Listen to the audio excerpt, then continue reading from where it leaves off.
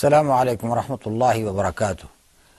Before the break, we were speaking about the two attributes of Allah, Al-Mutakabbir and then Al-Khaliq. And in this session, we are going to take Al-Bari, the evolver, and Al-Musawwir, the fashioner. First Al-Bari, the evolver, and they are mentioned in the ayah of Surah Al-Hashr. هو الله الخالق البارئ المصور له الأسماء الحسنى يسبح له ما في السماوات والأرض وهو العزيز الحكيم.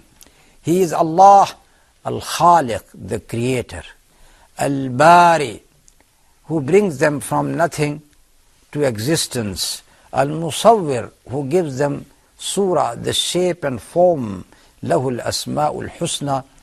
To him belongs all the good names. يُسَبِّهُ لَهُ مَا فِي السَّمَاوَاتِ وَالْأَرْضِ. Everything in the heaven, in the earth is celebrating his praises. وَهُوَ الْعَزِيزُ الْحَكِيمُ. And he is dominant, he is wise. And that is the last verse of Surah Al-Hashr, where these two attributes, Al-Bari and Al-Musawwir, along with Al-Khaliq, has been mentioned. Now, when we come to the attribute Al-Bari, which is from Bara'a, what means Bara'a? It is used also to give cure. If someone is sick or ill and he is cured, the person who brought that cure to him is to be known as Al-Bari. But here, this is the attribute of Allah subhanahu wa ta'ala. Al-Bari, that he gives cure. But in the same way, Bara also means to create something, bring something from nothing to existence. So both meanings are valid here. And according to some, the word is from Bara. Bara, which means the clay itself. So Al-Bari here, it means the one who created from the clay. And that is the first man, Adam. Anyhow, whether you take this meaning or that meaning, it means Allah subhanahu wa ta'ala, who is the creator. Then what is the difference between Al-Khaliq and Al-Bari? Does it mean the same thing? There is a slight difference, because as we have said that Al-Khaliq, it means that Allah subhanahu wa ta'ala has estimated for each and everything what is needed for its creation. This is just like an architect. The architect who is going to make a plan in the beginning for a building. And in that plan, he is going to estimate everything which is needed for that building. Though it is just drawn on the paper, but actually you can see the whole building in that plan. Later comes the constructor, and he constructs according to that plan. And later, at one stage, there are fashioners, there are designers who is going to beautify that building.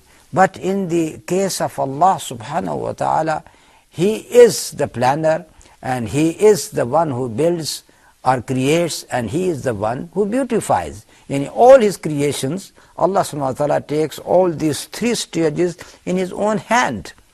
He is going to estimate everything what is needed for the creation of the man. The man, when he is created in this planet, all right, whatever he is needed, that is also created for him. You can see that he needed water, he needed air, he needed sunlight. Everything was created for him. And in the very same way, when you see the whole body of a person and the place of each and every organ of the body, you will find it in its best place.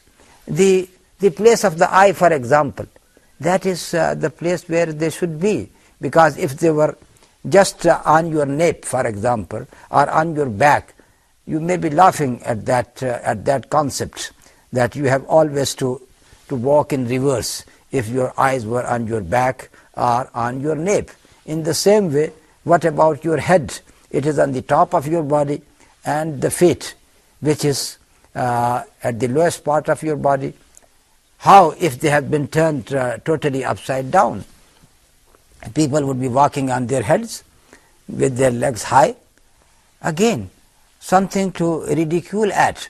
But Allah subhanahu wa ta'ala has estimated everything, and then according to that estimation, He has brought the thing into existence. So we can say that in al-khalq, or in creation, the estimation of the things is considered, and as far as the word al-bari is concerned, it means that there was nothing, and Allah subhanahu wa ta'ala has created something from nothing. So He is al-khaliq and He is al-bari as well.